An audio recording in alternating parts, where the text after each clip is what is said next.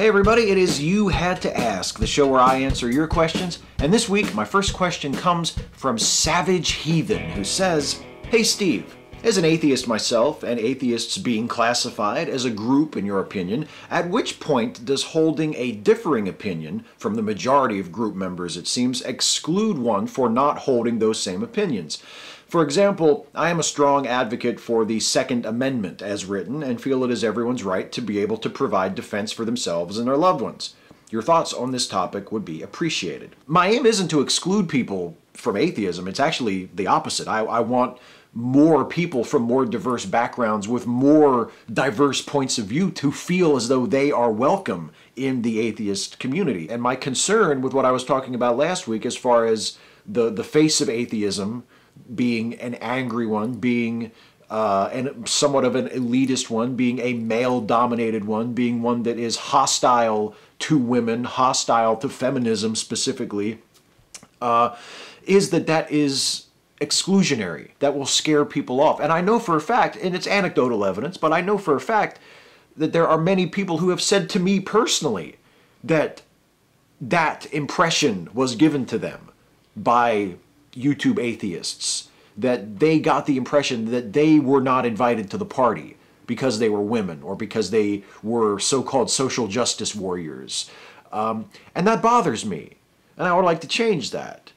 So I don't know if there is a point where not holding opinions held by the majority of the group would make you unwelcome. That's not my aim. My aim isn't to push the anti-feminists out of the group. They are atheists, and if they want to be here, they belong here as much as anybody else. But I don't think they should be setting the agenda, and I don't think they should be the ones to speak for us to the rest of the world. And certainly they should not be the ones who are creating the impression that is received by other atheists who are not so active in the group, telling them that they are not welcome here. That is very troubling to me. And honestly, to be honest with you, since you brought up the Second Amendment stuff, if it were otherwise, if the atheist movement were defined not so much or perceived not so much as anti-woman but radically pro-gun, if we were perceived by many to be sort of allies of the NRA or things like that, I would have a problem with that too. I would wish to change that as well. Again, not by ejecting people, but by encouraging people with a differing viewpoint to speak up and to add their voices and to allow their points of view to be heard and to be more visible. Dangerously Talented, rebooted series. How do you compare the old Doctor Who and Star Trek to new Doctor Who and Star Trek? And which, if any, other series should be rebooted as a continuation of the old one? The only one I know of that they have done this to is Dallas. I haven't really watched all that much of either the old or the new Doctor Who, so I can't comment on that. But I am a really big fan of the new Star Trek film series. I think that the J.J. Abrams Star Trek films have been fantastic, both of them. And I say this as someone who is a huge fan of the original Star Trek. I think they have their differences, you know, especially stylistically. I think the Abrams films are very much their own thing, but it's still Star Trek, not just because the characters are named the same and the ship is called the Enterprise, but I really feel that it has a sensibility, a feeling of adventure, sort of a pulpiness, as well as, especially in Star Trek Into Darkness, a political awareness and a capacity for social commentary or political commentary that puts it very well as a member of the Star Trek franchise. So I really, really like the rebooted Star Trek. I know a lot of Trek fans don't like it, but I am a big admirer of it. I really have enjoyed both of those films. As for other series that could be rebooted, well, we're getting an X-Files reboot, sort of. I mean, a continuation, I suppose. People use that term reboot in different ways. The X-Files is coming back, we'll put it that way. Twin Peaks, the same thing. Twin Peaks is coming back. I guess it remains to be seen whether it's worth it or not. If the episodes are good, if they are good shows, if they have really interesting stories to tell, if the actors are motivated and still care about their characters and are still able to give engaging, intelligent performances, then I think it'll be worth it. It all depends on the product, you know? I mean, who could have thought that reviving Battlestar Galactica would have been a good idea? But it turned out to be one of the biggest sci-fi shows of the last 10 or 15 years. If the show itself had been dog shit, people would have said, well, of course, who would have ever wanted to revive Battlestar Galactica? That's ridiculous. But they did it, and it succeeded because it was a quality show, because the people behind it had something to say, had a unique take on it, it had a point of view and a perspective and a voice, and that's very important. And in the right circumstances, a rebooted or a continued franchise can have that sort of thing just as much as an original series. It just depends on the quality of the end product. I'm actually really curious to see the X-Files and Twin Peaks, because I was a very big fan of both of those shows in their original run. So we'll see how it turns out. Yov Freed, you probably answered this before, but here goes. Even though I mostly agree with your views on feminism, I'm having a hard time seeing any sense or taste in Anita Sarkeesian's content in general. Her content is just boring and tasteless, in my opinion. She doesn't make any new points, and she gets a lot of facts wrong. She's also quite obviously not fighting for a cause. She simply found a great way to get a lot of money. She's been doing this for a while. What are your thoughts about her content? What are your thoughts about her stands? I like her content, and I like her personally as a feminist, as a voice, as a commentator. I am baffled by the hate that she gets. I just think, look, if you want to say that her work is boring, I mean, I don't find it boring, but I suppose I could understand why other people might find it boring. When you say that she's not really saying anything terribly new, I think that's true. I don't think her work is terribly deep. But then again, I don't demand that everyone's work be terribly deep. The fact that she is not doing doctoral theses for every single video is not a problem to me. My own work, my 5 Stupid Things videos, are relatively superficial, if you haven't noticed. I think there's a place for that sort of thing. I think there's a place for commentary and analysis and critique that is pitched at a popular audience. I don't look down my nose at that sort of thing at all. I think it would be hypocritical of me to do that, because that's very much the sort of thing that I do. So no, I don't have a problem with her work, and I don't have a problem with her. And I think the fact that she has been successful in fundraising and has been successful in making some money off of her work doesn't throw her motives into question for me. It doesn't make me think that she's obviously in it for the money, not for the cause. I think it's great that she's been successful. I think it's great that someone who is saying the things she says and has taken up the cause that she has taken is being rewarded for that.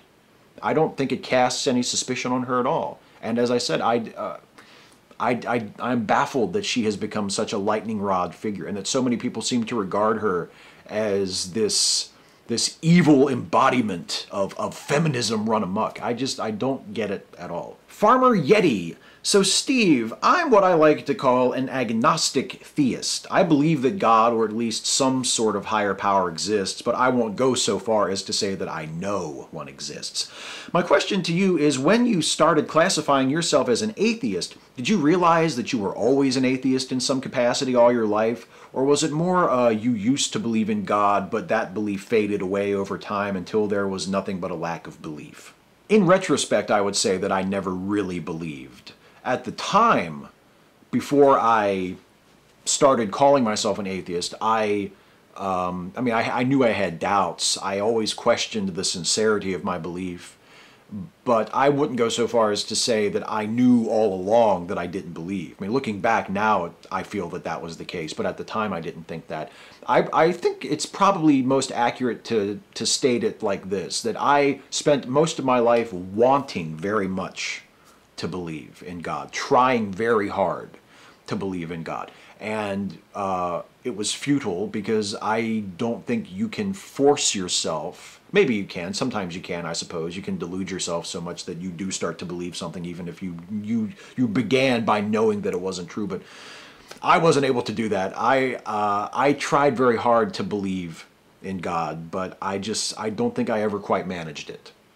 And by the time I did get to the point where I was calling myself an atheist, it was a matter of admitting something that I knew already. There wasn't a moment where I was convinced, where I went from, oh, I believe there's a God, to, oh, there's probably not a God. It wasn't like that. But it was just accepting it. It was coming to terms with what I did believe, and facing it, and putting a name to it, and then, making it a part of myself and not hiding from it anymore. That's what it was. I tried to believe for a long time, but I don't think I ever really did. Ezra Henderson. Hey Steve, I'm 21 and am in college. I've been passively non-religious since I was 15. That is when I looked at Christianity objectively and saw it for what it is. Anyways, I talked to my mom about this and she got very emotional when I talked about the Christian God requiring a sacrifice to forgive what a human requires nothing to forgive, and how Satan killed less people than God in the Bible. At a certain point, she said I was trying to talk her out of faith. I only wanted her take on the matter. She then asked me in tears if I believed in Jesus. I lied and said that I did. We are really close, and I didn't want her to worry about my soul or anything like that. Was that wrong? In one hand, she doesn't worry about me and my spiritual life. On the other, I lied to her so as not to hit any emotional spots with her. No, I don't think it was wrong. I sympathize with the situation you were in. I mean, ideally, of course, you would want to just be honest with your mother. If she asks you, do you believe in Jesus? And the answer is no, you should feel at liberty to say no. But you didn't want to upset your mother. I mean, I don't think it would have been wrong of you to give the other answer. I don't think it would have been wrong of you to answer honestly and say, no, Mom, I don't believe in Jesus. I mean, it may have hurt her feelings, but hopefully she would have come to terms with it eventually. And if you ever do decide to tell her at some point in the future, hopefully that's what will happen. She'll be upset by it, but eventually she will accept it and come to terms with it. Not everybody does. I mean, some people are seriously estranged from their families as a result of breaking from the family religion. Hopefully that won't happen for you, and it would be great if you didn't have to worry about that, if you could just be open about it, but maybe that's not the situation that you're in. I certainly would never blame you. If anything, and I wouldn't blame your mother either. I would blame the institution of religion for forcing these kinds of expectations and these kinds of choices on people. I mean, think of how awful it is to instill in a parent, really in a person, in a human being, from the time that they're old enough to comprehend these things, that people outside of their church are going to go to hell, and they're going to be tortured and live forever, for the rest of eternity, in agony and despair because they picked the wrong religion. And imagine a parent fearing that for their child. That's a horrible, horrible thing. And your mother didn't bring that on herself. That was placed upon her. And it wasn't even done maliciously. The people that placed it on her had the same fear themselves. Perhaps they were parents who had the same fear for their children, and they thought they were just doing what was right. The whole thing is so insidious and so twisted and evil, it's difficult to comprehend how much psychological damage that religion has done to people by taking their love and their concern for each other and twisting it and making it into something horrible and giving them this totally imaginary thing to worry about and fret over and feel despair for. It's really horrible. And you shouldn't feel bad for wanting to spare your mother her feelings, and your mother certainly shouldn't be blamed for having those feelings, because I mean, in your own ways, you're both victims of this mentality that tells us that people outside of our churches are bad and wrong and they're going to suffer, and if we can't do anything to intervene and prevent that suffering, then somehow we're at fault. You know, we should have been a better example. We should have done more to win them back to Christ, or whatever the case may be. It's a really, really, really nasty business. And one of the reasons why I think that sort of mentality, that sort of thinking should be challenged in a constructive way whenever we possibly can. Luke Lucas, dear Mr. Shives, this is Jimmy, the younger brother. Luke is letting me use his account. How can I deal with my radical Christian parents who at times can become mentally abusive? They say things like atheists are the worst people ever, and that if I ever become one, that they will disown me because they can't accept a child of Satan. They also believe in prophecies and Illuminati and speaking in tongues, etc. Last year, I got really sick, and instead of taking me to the doctors, they prayed and told me that my faith has to move mountains, and that this is a test to test me. They won't let me watch movies or TV because 99% of them are under Illuminati's control. I had a stash of Spider-Man comic books and action figures, and when they found it, they burned it, telling me those were Satan's. My parents did not let me date this girl because she was Catholic. They are Protestant. I feel suffocated and that I'm being robbed out of my childhood. I really do believe they love me, but it feels like they don't at times, and that I'm nothing more than a tool to spread their cult. Any advice would be helpful. How would you handle this in my shoes? Sometimes I want to tell them to fuck off. Thanks, Mr. Shives. The really worrying thing is the doctor stuff. If you're sick, you not only should be taken to a doctor, I think you have a right to see a doctor. You have a legal right to see a doctor if you're sick. And if your parents are not taking you to see a doctor, if you are really ill, that's a big problem. And that's something that, if that sort of thing happens again, that you should tell somebody. You know, you should, I mean, tell your older brother, tell another family member, tell a friend or a teacher or whatever. I mean, that's not good at all. That's a completely unacceptable situation. If you are in need of medical attention and your parents, who are supposed to be looking out for you, regardless of their beliefs, regardless of their feelings, their number one job should be looking out for you. And if they're not taking you to see a doctor when you need one, that is something that you, as a person yourself, should not find acceptable at all. I mean, I really think it's great that you're trying to look on the bright side. I mean, I know you say that you feel like telling your parents to fuck off. You know what? Every teenager feels like telling their parents to fuck off from time to time. Even those of us who were fortunate enough to have fucking amazing parents. When I was a teenager, there were times when I really felt like telling my parents to fuck off. I'm sure everybody feels that way. But you also say that you really believe that they love you, and I think that's probably true.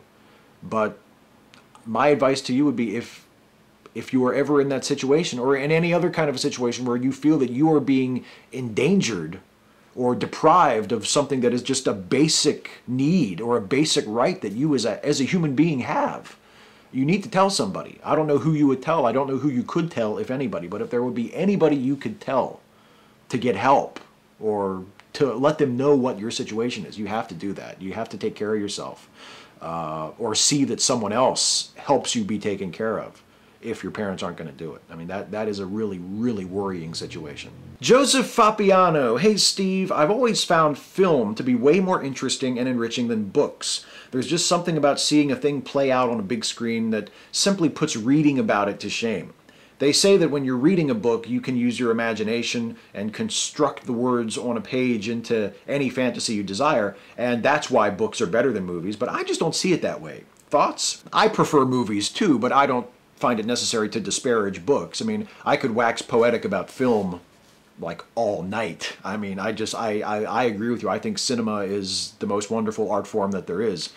But having said that, I mean, there is something so beautiful about a well-constructed sentence on a page. I mean, good writing is one of the great pleasures of life. When you're reading a book, whether it's a work of fiction or nonfiction, when you're reading a beautifully written piece of just elegant, wonderful writing, there's very little in life to match that. I mean, it's a wonderful thing. And writers that are able to do that are every bit the artists that painters or sculptors or filmmakers of various jobs can claim to be. I mean, it's not necessary to me to say, well, books fucking suck. Movies got it going on. Fuck books. You know, I love books too. But I mean, if I had to choose, if somebody put a gun to my head and said, you have to choose movies or books, I would choose movies. That's where my heart is. That's where my real. That's what I really feel romantic about, is movies, the cinema. You know, that's what it is for me. But no, books are wonderful too. You can like both. You don't have to take a shit on one in order to appreciate the other. You hear the cat scratching shit? Fucking cat. Brian Hall. Hey, Steve, do you have to do taxes on your Patreon? I was just wondering if I get a Patreon, should I see if the government should hold money back for tax? You do have to pay tax on your Patreon earnings. I actually just paid mine a few days ago. Yeah, what happens is Patreon, once the year is over, Patreon will send you what's called a 1099. That is accounting for miscellaneous income. That is what Patreon is considered. They'll send you a 1099 telling you how much you earned from them in that year, and then you claim that on your taxes. And you can either claim it as business earnings, or you can claim it as hobby earnings. And it would depend on, I guess it would depend on how much of your income that is. Like if your primary source of income, like me, my primary source of income is as a YouTuber, so I wouldn't claim it as hobby income. I would claim it as business income. But you know, if you just do something on Patreon on the side and you make a few extra bucks, but it's not your main source of income, then you would claim it as hobby income. But yes, you do have to claim it on your taxes. It's considered other income or miscellaneous income. It's probably pretty important to do that, especially if you do become a Patreon user and you end up making a significant amount from it. You definitely have to claim it on your taxes. The thunder doesn't scare me this week. I've had my scare already because, as I mentioned a moment ago, I just paid my taxes. Hey, guess what? It's time for the lightning round. Rapid fire questions, glib and adequate answers. Dan Piano, question, when are you going to take a vacation? As for me, I will patiently wait for your return. As a YouTuber, are you scared of going away and losing viewers? Thanks, ciao. I don't know if I'm going to take one before this, but I know I'm definitely going to take at least a short vacation in September because I'll be going to the Pennsylvania Humanists Conference in September, and I'll probably either take the week before or the week after that off. And no, I'm not scared of losing viewers. In fact, I'm not even sure if if the channel would be on hiatus while I'm on vacation. I might shoot some videos ahead of time to post that week while I'm away, so there'll still be content out even if I'm not doing anything that week. I haven't really made up my mind yet. Piker Eyes, what is your favorite dessert? You know, I'm a sucker for like chocolate chip cookie dough ice cream with syrup, like chocolate syrup or hot fudge over top of it. That's really good. I also really like apple pie. A nice crispy apple pie is just fucking amazing for me. TJ McCracken, I haven't heard you express your disdain for loud vehicles and especially motorcycles for a while. I've been meaning to ask, have you ever ridden a motorcycle before? Also, since we're on the topic of loud vehicles, what do you think of loud bass coming from vehicles? Equally as obnoxious as loud motorcycles? Yeah, pretty much. I mean, any sort of vehicle that is loud enough that it seems calculated for people outside the vehicle to take notice is obnoxious to me. I just find the whole, look at me, look how loud my car is, look how loud my vehicle is. I find that incredibly obnoxious and insecure as well. I don't care for it. I think I rode on a motorcycle once when I was a little kid, but it's hard to remember. It must not have left much of an impression. But I mean, it probably is fun. It would almost have to be fun, wouldn't it? I mean, you're basically riding on a fucking engine with wheels and handlebars. How could that not be fun? Here for years, Steve, how do you take your steak? I like my steak medium. Mr. C's 83, Steve, how long do you think it will be until we have an atheist politician elected? Are there any on your radar? Well, we've already had an atheist member of Congress. Pete Stark from California was an atheist. He was in Congress, really, he was in Congress for a while. He was in Congress for, I think it was close to 40 years. But he was not publicly known to be an atheist until toward the end of his career. So he wasn't like an atheist for the whole 40 years, but he was an atheist and he was elected to Congress, so there's that.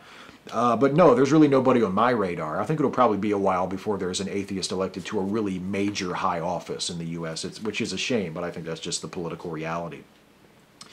Drew White, did you have a favorite children's show that you enjoyed just as much as an adult as when you were a kid? Oh yeah, I think I've mentioned this before. Somebody maybe has asked a similar question. Mr. Rogers' Neighborhood and Reading Rainbow. Those were two favorites of mine as a kid, and I have watched them on occasion as an adult, really within the last year, in fact, and they both hold up tremendously well. I think they're both just wonderful shows. Two of my favorite shows ever, and two of the best kid shows I've ever seen. Clarence Crawford, Steve, I love your Steve and Stuffy series. However, have you thought of creating a YouTube channel for Steve and Stuffy because you don't get to see it while you're doing your Atheist Read series, which I also enjoy? P.S. Can you do a Toby Benson spinoff? Yeah, sure. Is there any other extra work you'd like to make for me, Clarence? The first guy's asking me when I'm going to take a vacation. You're like, hey, start up a new channel and do more Steve and Stuffy videos. And can you do a Toby Benson show too? Anything else? You want me to come make your bed for you? Mate, you have any more work you want to make for me? I'm just kidding. No, there will not be a Steve and Stuffy channel, and there will not be a Toby Benson spinoff. Radical Bacon, William Shatner and Avery Brooks get into a ham-off. Who wins? Well, Avery Brooks for one, and all of us for another. William Acosta, quick question. With WrestleMania only a few days away, which WrestleMania is your favorite? Mine would have to be WrestleMania 19. Oh, that's a good one. WrestleMania 19 is a really... I actually just recommended that last week at the end of the wrestling show that I do on Wednesdays. My favorite, it's, you know, WrestleMania 8. WrestleMania 8 is my favorite. Fucking amazing Intercontinental title match between Roddy Piper and Bret Hart, and a great WWF title match between Ric Flair and Randy Savage. Ultimate Warrior comes back at the end to save Hulk Hogan in the main event. Just, yeah, WrestleMania 8 is one of my all-time favorite shows in the history of pro wrestling. I would have to say that. Panel Hopper. Hey, Steve, lightning round question. What is your favorite Batman comics story arc? Well, if we're talking about story arcs like that happen within one of the monthly titles, I really liked Hush. Jeff Loeb and Jim Lee's storyline from About Jesus. It's been like 10 years now since that story came out. I really was a big fan of Hush, especially the artwork. Jim Lee's artwork was amazing. If we're going to expand it a little bit more, maybe to include limited series or standalones, one-shot stuff, I always loved Jeff Loeb and Tim Sale's stuff. I loved The Long Halloween. I loved, what was the other one that they did? I forget the title of it now, but the sequel that they did to Long Halloween. And all of their one-shots, their Halloween specials for Legends of the Dark Knight. I just thought that was just amazing. Tim Sale is one of my favorite Batman artists, so anything by those guys, but especially The Long Halloween. Hey, that's it. That was the last question. How about that? Before I go, I'm going to do a shout-out. You may have expected that. Perhaps you saw that coming. The shout-out this week goes to RoadtoReasonTV. RoadtoReasonTV is the YouTube channel of an atheist talk show, basically. It's a public access show that is centered in Fairfax, Virginia, which is not too terribly far away from where I am, an hour or so away, in sort of the D.C. metropolitan area. And it's a public access show hosted by atheists about subjects of interest to the atheist community, featuring guests that are known to we atheists and of interest to us, talking about those sorts of things. It's a really, really cool show. I'm sure they hate when people make this comparison, because I imagine it's made a lot, but it's reminiscent a little bit of the atheist experience. It's its own thing. It's not exactly like the atheist experience, but it's a really cool show, and it doesn't have that huge of an audience, surprisingly. So if you would, check out Road to Reason TV and watch some of their episodes. Each of their main show, each episode is about an hour long. And it's really excellent. I just discovered it a couple weeks ago, actually. Some of you may have seen a video on their channel recently with an interview with David Silverman, because he gave an interview to them where he officially announced that they're doing another Reason Rally, that next year will be Reason Rally 2. They sort of broke the story, or at least were the first to get David Silverman on video confirming that there is another Reason Rally under development. So you may have visited their channel unwittingly when you watched that video, but the whole channel is excellent, and the main show, Road to Reason, is just terrific. I cannot recommend it highly enough. So check it out and subscribe to that channel and watch Road to Reason if it is your cup of tea, as it is mine. So I think you'll really enjoy it. That's it for me this week, everybody. I will be back next week to do this all over again, provided, of course, that you guys ask me some questions. I like to remind you of that, but really, I know you always do. I always get more awesome questions than I know what to do with. I will answer as many of your questions in the next video as I possibly can, and you can ask me questions about anything you want. Nothing is too serious, and nothing is too silly, and we'll see what you come up with, and we'll see what I answer in the next video. And until then, take care, everybody.